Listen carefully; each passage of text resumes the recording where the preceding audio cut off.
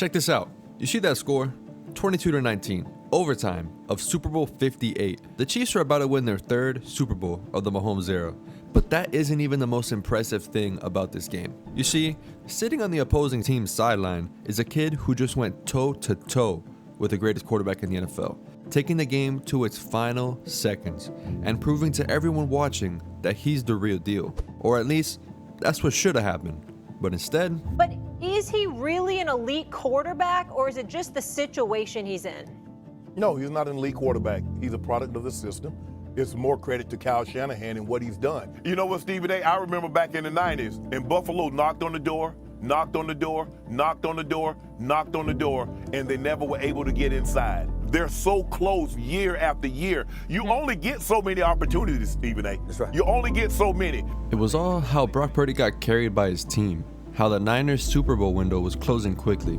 Not one mention about how Brock Purdy was doing the impossible. Not one mention that never in the history of the NFL has the last pick in the draft gone on to lead his team to the playoffs, nonetheless the Super Bowl. And because of that, this video is dedicated to proving to all of you watching that Brock Purdy is a top 5 quarterback in the NFL.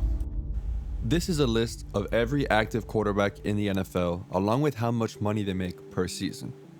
Out of the 127 names on this list, take a guess as to how many of them earn more money than Brock Purdy.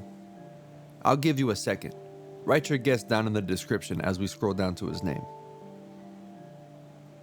113 out of the 127 quarterbacks in the NFL earn more money than Brock Purdy. Now, of course, the reason for this incredibly low sum of money is because he was the 262nd pick in the 2022 NFL Draft.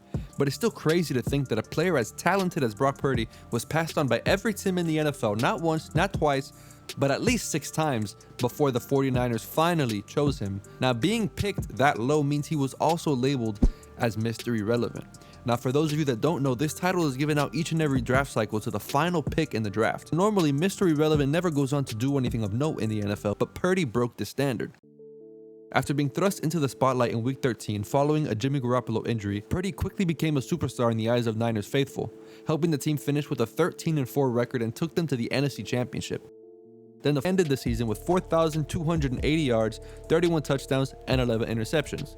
Definitely MVP-worthy stats, and led this Niners team to the Super Bowl, becoming the first quarterback in recent memory to lead their team to back-to-back NFC Championship appearances and 1 Super Bowl appearance within their first 2 seasons in the NFL. Now let me repeat that one more time. This kid's going into his 3rd season in the NFL and has already been to the NFC Championship twice and the Super Bowl once. But people still want to sit here and talk about how he's a product of his system and gets carried by his team. If the numbers aren't going to convince you that he's a great player, then maybe some film will. But before we dive into Purdy's film to find out once and for all if he gets carried, I want to go over what his strengths and weaknesses are. Now, it's commonly stated that one of Brock Purdy's biggest weaknesses is his arm strength and his inability to consistently fit balls into tight windows. Now, these clips behind me kind of prove otherwise, but don't worry, I'll go more into depth on that here in a second. Another weakness was his speed and athleticism. As crazy as it sounds now, people initially had worries that he wouldn't be able to get out of the pocket and extend plays. Running a 4.84 40 at the combine doesn't really help his case either. His biggest strength by far is his brain and his football IQ. His ability to make his progressions incredibly quickly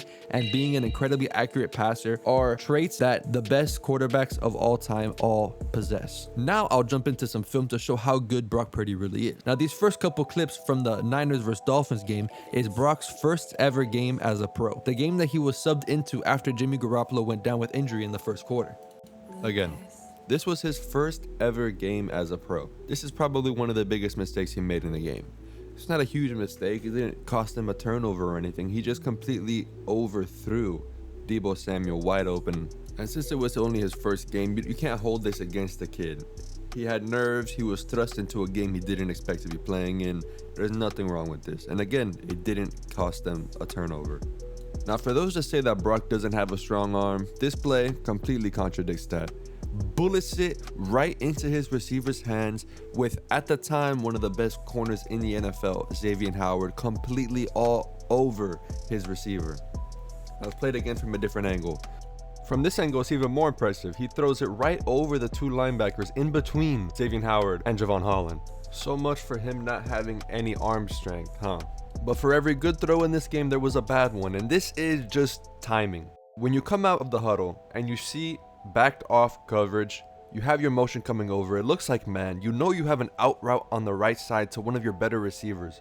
You just have to know to just throw it to him immediately. Now from a different angle, again, this did get completed. His receiver just had much more room to run with the ball. You saw he kind of pumped right when he thought he was going to throw, but he didn't want to throw. Maybe there was a miscommunication between him and his receiver. I don't know. I wasn't there. I wasn't at the game. My name's not Brock Purdy. I don't know for sure. Now, this throw is a throw I saw a lot of discussion about when it happened. To Brandon Ayuk there in the bottom of the screen. Nobody could tell if it was an underthrow, a miscommunication, or what. All I know is that Brock Purdy put the ball in the one and only place that his receiver would have been able to get the ball, but those two guys guarding Ayuk would not have been able to get the ball. Now we check it out from a different angle. He steps back, sees his guy's gonna have some space, and just launches it. Puts it in a spot. I don't want to say it was an underthrow. What I will say, it was in the only spot Ayuk could get the ball. Now again, for those of you that say he has no arm strength, would somebody with no arm strength be able to make this throw? I know it's not a line, I know it's not on a frozen rope down the middle, but it's still in between like 5 people. Someone without an arm is not making this throw.